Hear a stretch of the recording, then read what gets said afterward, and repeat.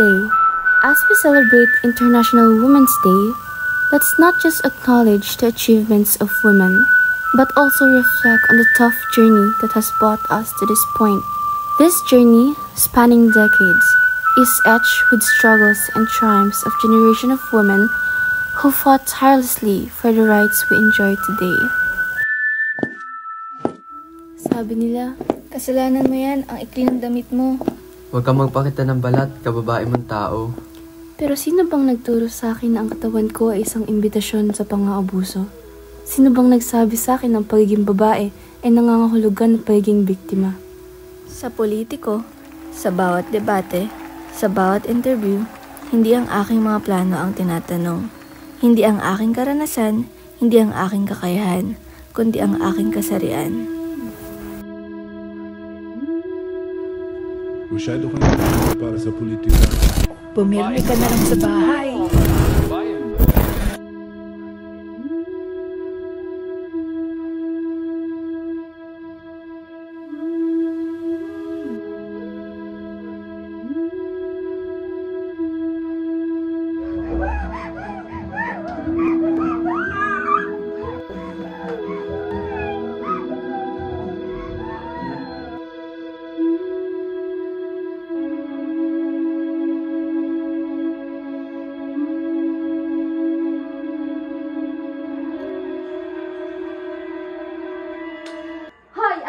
Matulog na kayo.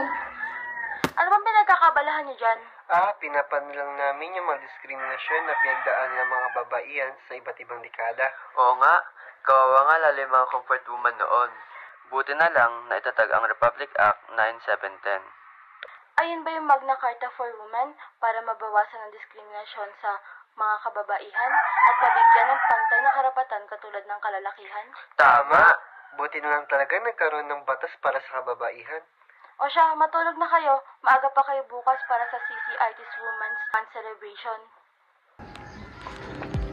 Taking part in International Women's Month has many advantages.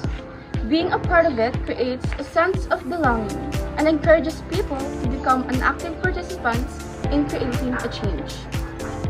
Involvement builds the overall voice for women's rights and builds a more inclusive and empowered future.